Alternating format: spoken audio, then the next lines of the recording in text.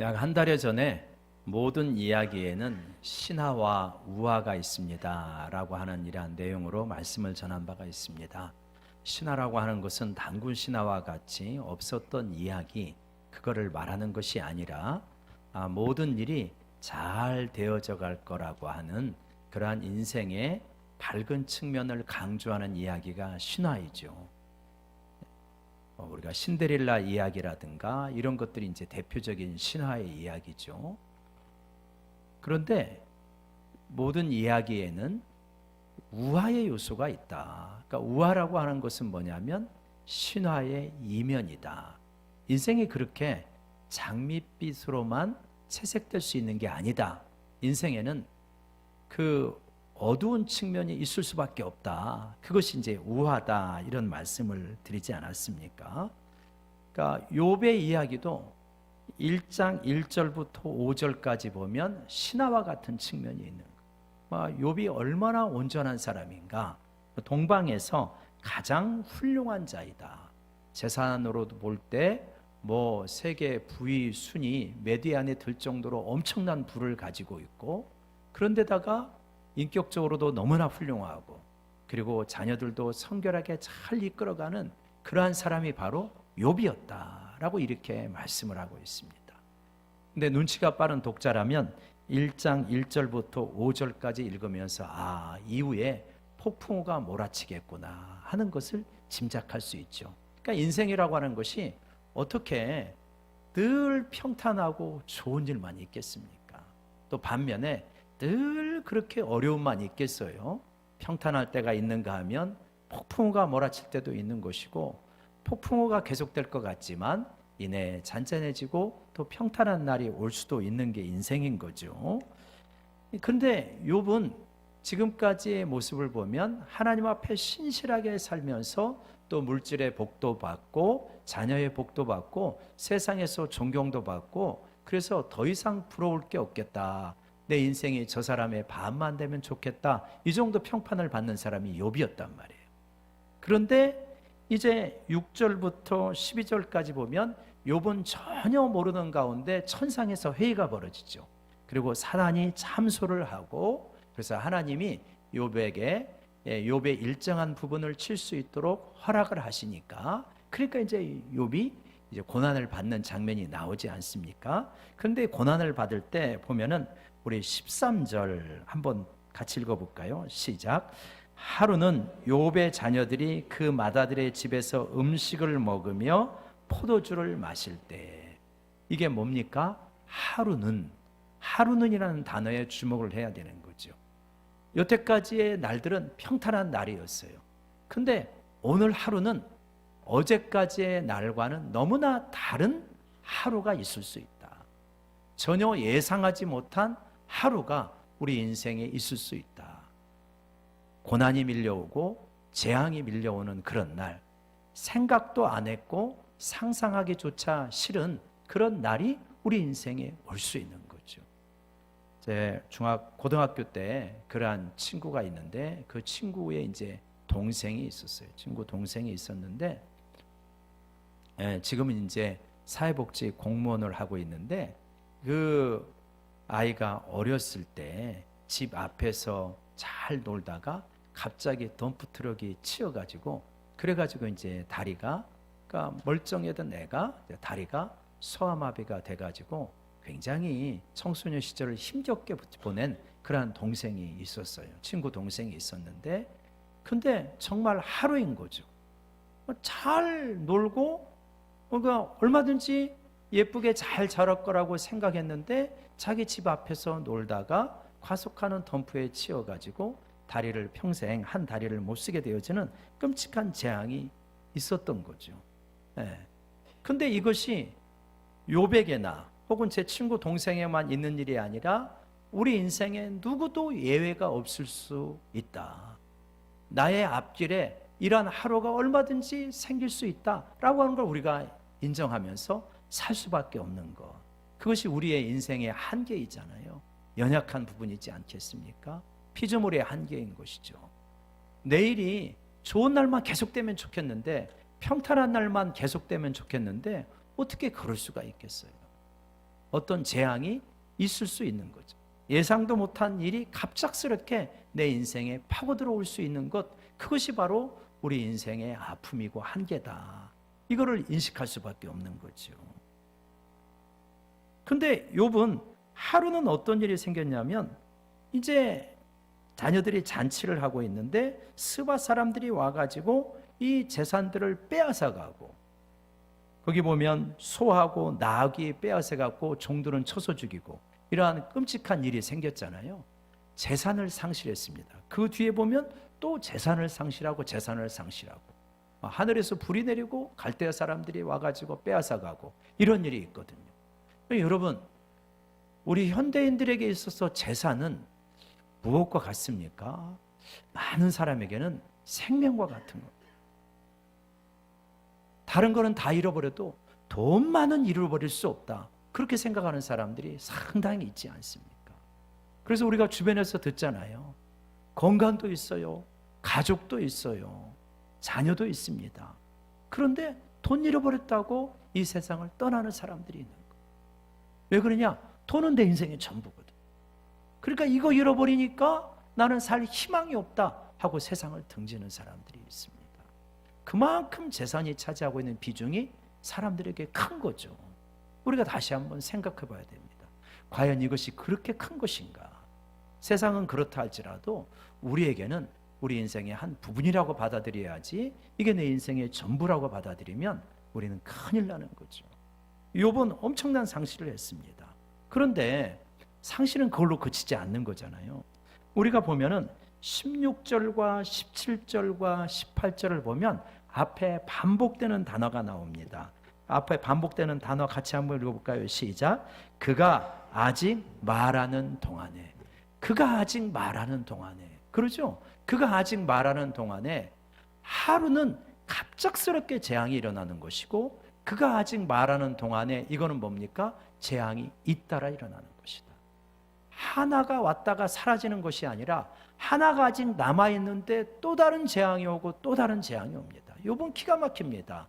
재산을 빼앗겼는데 하늘에서 불이 나와가지고요, 또 양들을 다 불살라버리고, 또 그거를 말하는 동안에 갈대아 사람들이 쳐들어와가지고 짐승을 빼앗기고 종을 죽이고, 이것까지만 하더라도 어느 정도 견딜 수 있고 참을 수 있는 정도인데, 그 다음에 재앙은 끔찍한 거잖아요. 자녀들이 다 모여갖고 잔치를 벌이고 있는데 갑자기 큰 돌풍이 불어가지고 내 기둥의 모서리가 무너져가지고 집이 무너져서 자녀가 10명의 자녀가 다 죽었다. 상상할 수도 없고 일어나서는 절대로 안 되는 일이 욥의 삶 속에 일어나는 거예요. 탤런트 박영규 씨인가 하는 분이 있잖아요. 잘생겨가지고 그렇게 노래도 잘하시고 하는 그분이 옛날에 그 무릎팍도사인가 거기 나와가지고 이야기를 하는데, 그분이 그런 아픔을 경험했는가 봐요. 자기 자녀를 외국 유학 중에서 잃었던가 이제 그런 일을 경험했는데, 울면서 그러시더라고요. 절대로 이런 일은 일어나서는 안 되는 일입니다 라고 이렇게 말하는. 근데 자기에게 그런 일이 일어났다는. 그래서 너무나 힘들어 하시더라고요. 정말 내 인생에 절대로 이런 일은 일어나서는 안 되는 일이 있는 거잖아요. 근데 불행하게도 설마 했던 그 일이 내 인생에 일어난 거예요. 욥은 그런 기가 막힌 일, 한 명의 자녀가 아니라 모든 자녀를 잃어버리는 기가 막힌 일이 일어난 거죠. 아마 오늘날로 비유하자면 욥보다는 심각하진 않겠지만 아마 이런 사람이 있을 수 있지 않을까요? 멀쩡하던 회사가 갑자기 어려워져 가지고 명예퇴직을 당했는데, 몸이 아파서 병원을 갔는데 병에서는 중환병이라고, 암이라고 진단이 나왔고, 위로를 얻으려고 집에 왔는데 아내는 이제 당신하고는 더 이상 도저히 못 살겠다 하고 친정으로 떠나버리고, 아무런 희망이 없는 것처럼 이렇게 내 인생이 몰아쳐가는 그러한 절망적인 절벽 끝에 쓴 것 같은 그러한 상황이 지금 욥의 상황인 거죠. 누가 이런 거를 상상이나 했겠습니까? 누가 이런 거를 준비나 했겠습니까? 욥도 마찬가지인 거죠. 욥도 욥기 19장 29장 18절에 보면 욥이 이렇게 말합니다. 우리 같이 한번 읽어봅시다. 시작. 내가 스스로 말하기를 나는 내 보금자리에서 숨을 거두며 나의 날은 모래알같이 많으리라 하였느니라. 그러니까 나는 그렇게 생각하는 거예요. 내 보금자리에서 편안하게 살다가 숨을 거두겠지라고 생각을 한 거예요. 근데 틀려먹은 거예요. 이제는 이러한 어떤 이 노년이 안 되는 거죠. 내 날은 모래알처럼 장구할 것이라고 생각했는데 내가 오래 못 살겠구나. 이렇게 큰 아픔을 겪고 어떻게 오래 살 수 있겠는가? 지금 이런 것이죠. 이런 이제 끔찍한 일이 생기면 우리는 자연스럽게 우리 안에서 터져나오는 질문이 있어요. 왜 이런 일이 생겼을까? 왜 이런 일이 생겼을까? 내 인생에 왜 이렇게 끔찍한 이러한 아픔이 생겼을까? 대략 한 3가지 정도가 있는 것 같아요. 내 인생에 어떤 끔찍한 일이, 재앙이 생기는 3가지 정도의 이유가 있는데, 하나는 뭐냐면 내가 잘못해서 생긴 것이다. 욥은 그렇지는 않죠. 그러나 성경에 그런 인물들이 많이 나옵니다. 예를 들어서 사울 왕의 자리에서 버림을 받고 비참하게 죽게 되어지잖아요. 왜 그렇게 된 겁니까? 하나님보다 사람을 무서워하고, 그리고 사울은 이 하나님의 계명을 어기고 그런 길을 걸어갑니다. 그러니까 그런 길을 걸어가니까 어떻게 됩니까? 계속해서 재앙의 씨앗을 스스로 심는 거죠. 때가 되니까 그 재앙의 열매를 거두게 되는 거 아니겠습니까? 아브라함의 조카 롯을 보게 되어지면 그가 이 아브라함을 떠나서 결국 죄악된 세상으로 들어가고 그 중심부로 들어가면서 마침내 재산도 다 잃고 아내도 돌이 되어지고 또 자기 인생에 끔찍한 일이 벌어지지 않습니까? 그러니까 이런 일들은 뭐냐면 자기가 씨앗을 심는 거예요. 젊었을 때 우리가 요셉의 이야기에서 보여주는 것처럼 풍년의 때야는 이 흉년을 대비해야 되거든요. 그러니까 풍년의 때에 흉년을 대비하지 않으면 흉년의 때에 큰 고통을 당하게 되어집니다. 그런데 풍년이라고 해가지고 흥청망청 소비하고 사치를 부린다면 흉년의 때에 고통을 당할 수밖에 없는 거죠. 이 역시 무엇이냐? 내가 어떤 고통의 씨앗을 심은 것이다. 이렇게 볼 수 있는 것입니다. 근데 이런 일이 있으면 어떻게 해야 되냐? 우리 용서하시기를 기뻐하시고 자비와 은혜가 많으신 하나님 앞에 회개해야 될 줄로 믿습니다. 내게 벌어진 이 끔찍한 일들이 결국은 내가 심은 것이구나. 부분적으로 내가 심은 것들이 많이 있잖아요. 그러면 하나님 앞에 진실하게 애통해하고 회개하게 될 때 하나님께서 긍휼히 여겨주시고 그 재난의 깊숙한 구렁텅이에서 건져주시죠. 다윗도 거기서 건져주시잖아요. 심지어는 아합 왕이라고 하는 그런 시대의 악당과 같은 왕도 회개를 하니까 심판을 다음 때에 내리겠다. 이렇게 긍휼을 베풀어 주시죠.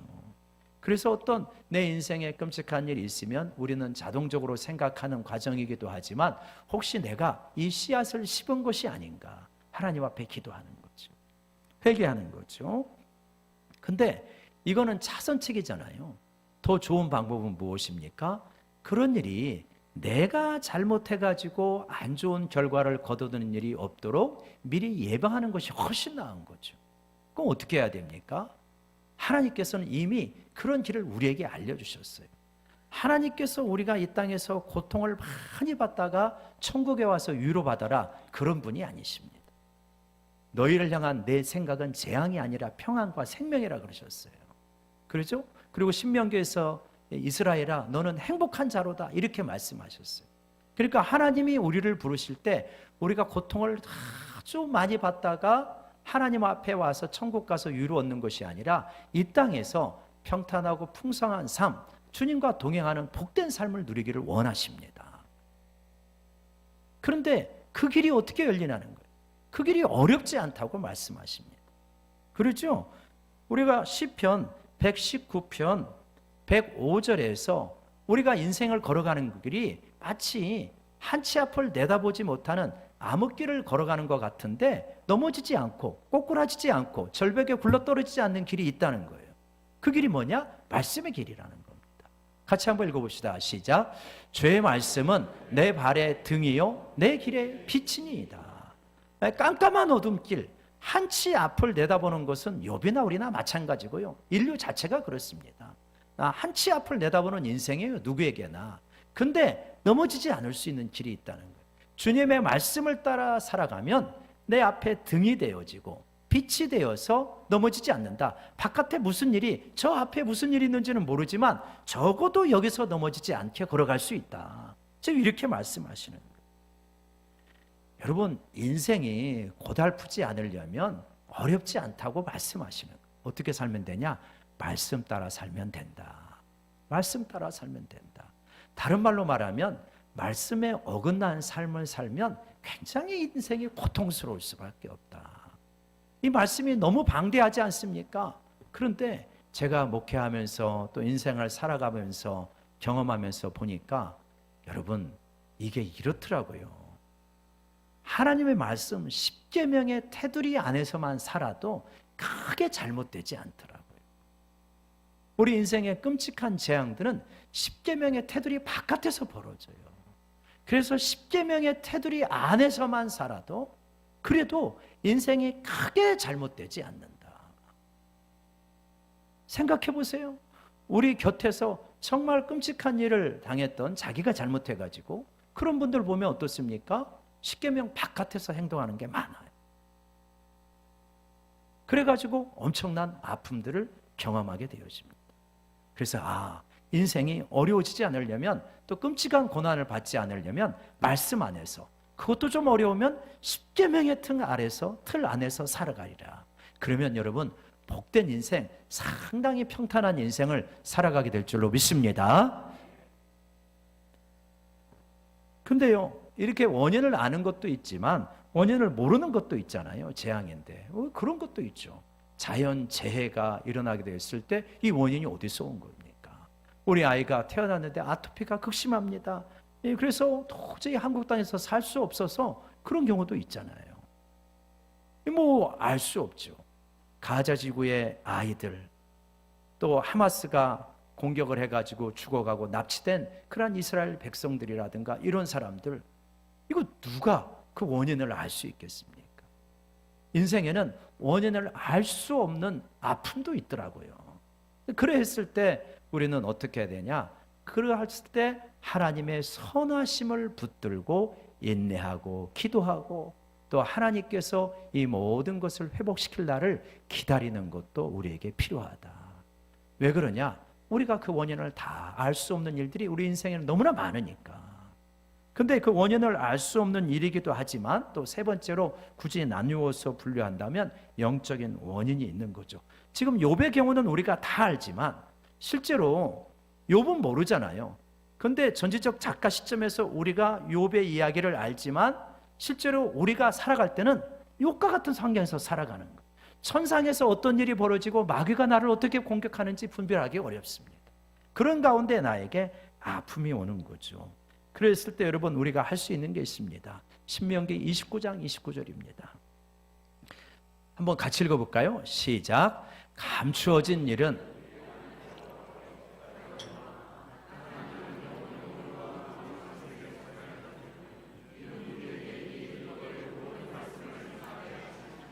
우리 피조물의 한계라는 것은 뭐냐면 감추어진 일이 있다는 겁니다. 어쩔 수 없어요. 우리에게 감추어진 일이 있죠. 그건 하나님께 속한 겁니다. 우리 미래, 감추어진 일이. 예측은 하고 계획은 세울 수 있지만 어떤 일이 생길지 아무도 알 수 없습니다. 감추어진 일은 하나님께 속한 거고, 우리가 할 수 있는 일은 뭐냐면 우리 앞에 펼쳐진 일이죠. 나타난 일은 우리에게 속한 거고, 그래서 나타난 일에 대해서 최선을 다하는 것이 우리 인생이 될 수밖에 없다. 근데 그 길은 뭐냐? 하나님의 율법을 따라 살아가는 일이다. 그런데 기본적인 신뢰는 뭐냐면 하나님은 선하시고 그 인자하심이 영원하시다. 하나님은 사랑이시고 하나님은 우리와 동행하신다. 하나님 우리에게 복된 삶을 주기를 기뻐하신다. 이거를 신뢰하면서 나타난 일에 최선을 다하는 게 우리 인생이 될 수밖에 없다. 그런데 이제 이러한 세 가지 원인이 있다고 볼 수 있는데, 이러한 상실로 인한 고통이 크게 우리에게 엄습할 때 이거를 어떻게 인식하고 받아들이는가 하는 것은 굉장히 중요한 문제예요. 우리가 두 가지 말씀을 드리고자 하는데, 어떤 상실로 인한 고통이 오게 되었을 때, 실직이든 혹은 건강의 상실이든 재물의 상실이든 이제 그런 것이 있을 때 우리가 꼭 구별해야 되는 게 두 가지가 있는데, 첫 번째입니다. 첫 번째는 뭐냐면, 과연 이 상실로 인한 고통이 영속적인 거냐 아니면 일시적인 거냐 구별할 수 있어야 됩니다. 욥도요, 너무나 많은 것을 잃어버렸지만 욥도 7장 7절에 보면 이렇게 말해요. 뭐라고 그러냐면, 내 생명이 한낱 바람 같은 것을 생각하옵소서. 나의 눈이 다시는 행복을 보지 못하리이다. 그러니까 이 상실이 너무나 커가지고 내 인생에 다시는 기쁨이 없다, 위로받을 일이 없다라고 낙심하는 거예요. 지금 이 상실이 영구히 지속될 것이라고 생각합니다. 물론 욥기 후반부를 우리 대부분 알잖아요. 배의 축복을 받았다는 그런 거를 알지만, 우리가 큰 고통과 상실을 당하면 이게 영구적이구나, 이게 영속적이구나 이렇게 생각하는 거예요. 누가 실직을 하거나 입시에서 좋지 않은 결과가 나타나거나 그랬을 때 이것이 영속적인 것인가? 아니다. 이거는 일시적인 것이고 지나가는 것이다. 이거를 받아들일 필요가 있습니다. 그러지 않나요? 우리가 보통 첫사랑에 실패하게 되면 나에게 이렇게 좋은 사람은 이제는 다시는 만나지 못할 텐데, 이런 식으로 생각할 수가 있거든. 과연 그럴까요? 안 그런 거죠. 조금 지나놓고 보면 이 사람이나 그 사람이나 그게 그거구나, 이렇게 또 생각하는 경우도 있잖아요.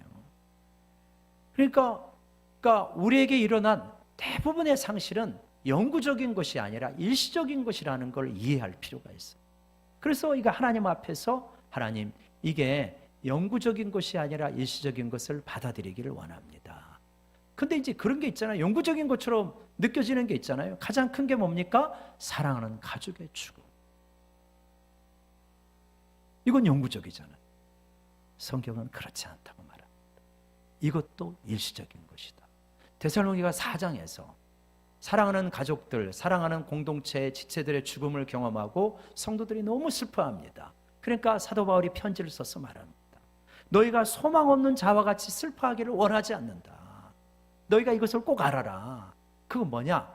우리 주님이 오실 때 예수 안에서 죽은 자들이 먼저 너희보다 일어나고, 우리는 공적으로 부름을 받아서 공중에서 그들과 함께 주님을 만나게 될 것이다. 그래서 사랑하는 이의 죽음은 모든 것의 상실이고 그것이 영속적인 것 같지만 그렇지 않다. 그것도 이 땅에서 잠시 일시적인 거다. 우리에는 뭐가 있습니까? 부활이 있기 때문에 재회의 소망이 있다라고 하는 것입니다. 그래서 여러분, 우리가 그렇잖아요. 우리 믿음의 사람들, 장례식장에서 가끔 그런 이야기를 듣죠. 우리 믿음의 장로님이 이렇게 이제 사랑하는 가족의 이 관 앞에서 흙을 뜰 때 이제 먼저 하잖아요. 흙을 먼저 할 때, 우리 장로님 그러시듯, 어머니 천국에서 만납시다 하면서 이 삽을 뜨고, 또 우리의 다른 지체가 또 이제 화구로 들어갈 때, 어머니, 아버지 천국에서 만나요. 이것이 그냥 단순한 바람이 아니라, 내 관념이 아니라, 여러분, 이것이 실제요, 우리에게 반드시 일어날 일이라고 믿습니다. 우리가 이 믿음 갖는 거죠. 그래서 이 상실로 인한 아픔이 영원한 것이 아니라 일시적인 것이다. 이거를 꼭 우리가 인식할 필요가 있습니다. 그러면 견딜 수가 있는 거거든요. 두 번째로 이 상실이 과연 내 전부를 상실한 것인가 아니면 부분을 상실한 것인가, 이것도 구별을 해야 됩니다. 욥의 상실은 거의 모든 것을 상실한 것처럼 느꼈잖아요. 그러다 보니까 느낌은 그럴 수밖에 없는데, 욥기 13장 15절에서 그렇게 말해요. 그가 나를 죽이시리니 내가 희망이 없노라. 왜 희망이 없습니까? 내 모든 거 다 잃어버렸으니까 희망이 없죠.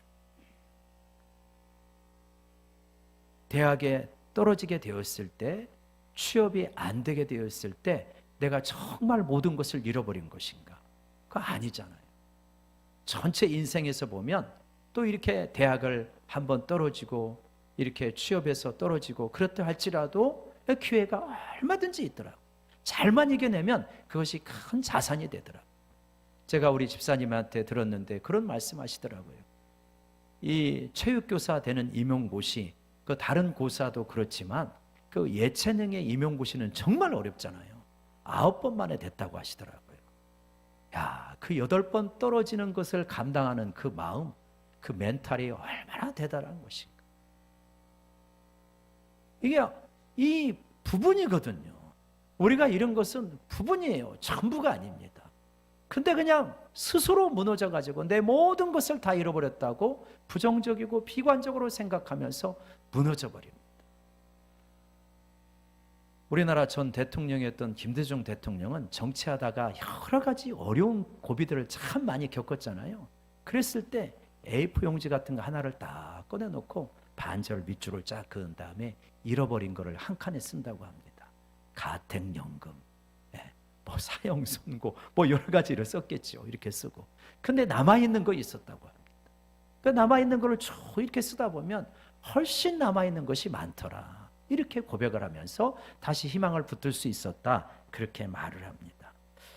우리도 마찬가지죠. 명예퇴직, 어떤 건강의 어려움, 가정의 깨어짐, 뭐 기가 막힌 일들이 우리 인생에 있을 수 있죠. 근데 이쪽을 보니까 여전히 남아있는 게 많이 있는 거예요. 여전히 남아있는 거예요. 그래서 여러분, 이게 일시적인 것이고 부분적인 것이고, 그래서 이것은 지나가는 것이고, 또 내가 부분적으로 중요한 것들을 잃어버렸다 할지라도 결코 잃어버릴 수 없는 예수님은 나와 함께 하신다. 이거를 붙들어야 됩니다. 여러분, 우리 인생에 이러한 상실로 인한 아픔이 없는 인생이 있을까요? 불가능합니다. 재산이라고 하는 것도 결국은 좀 오래 갈 것 같지만 하나님이 한번 후 하고 불어버리면 한순간에 날아가는 것을 곁에서 보게 되어집니다. 건강, 자신할 거 없잖아요. 자식, 신뢰하기 어렵죠. 관계, 할 수만 있으면 좋은 관계를 계속해서 가져가고 싶지만 그게 됩니까? 나도 약함이 있고 상대방의 약함이 있고 환경의 어려움도 있고, 그래서 참 안타깝지만 깨어지는 관계의 경험도 우리가 있는 거예요. 속상하죠. 이게 없는 인생에 누가 있겠는가? 어차피 이건 모두에가 있는 거예요. 근데 이랬을 때 이것이 일시적인 것이고 부분적인 것이다 라고 하는 걸 인식하면서 예수님을 붙드는 거, 이것이 우리가 상실을 대할 수 있는 성숙한 믿음의 자세인 것입니다. 여러분, 그래서 우리가 이 대목에서 한번 같이 찬양을 해봤으면 좋겠어요. 이 또한 지나가리라. 고단한 인생길에 아픔도 있고 눈물도 있지만 결국은 이것 또한 지나가는 것이라는, 영원히 머무는 것이 아니다. 이 또한 지나가리라. 우리 같이 찬양하면서 하나님, 내 인생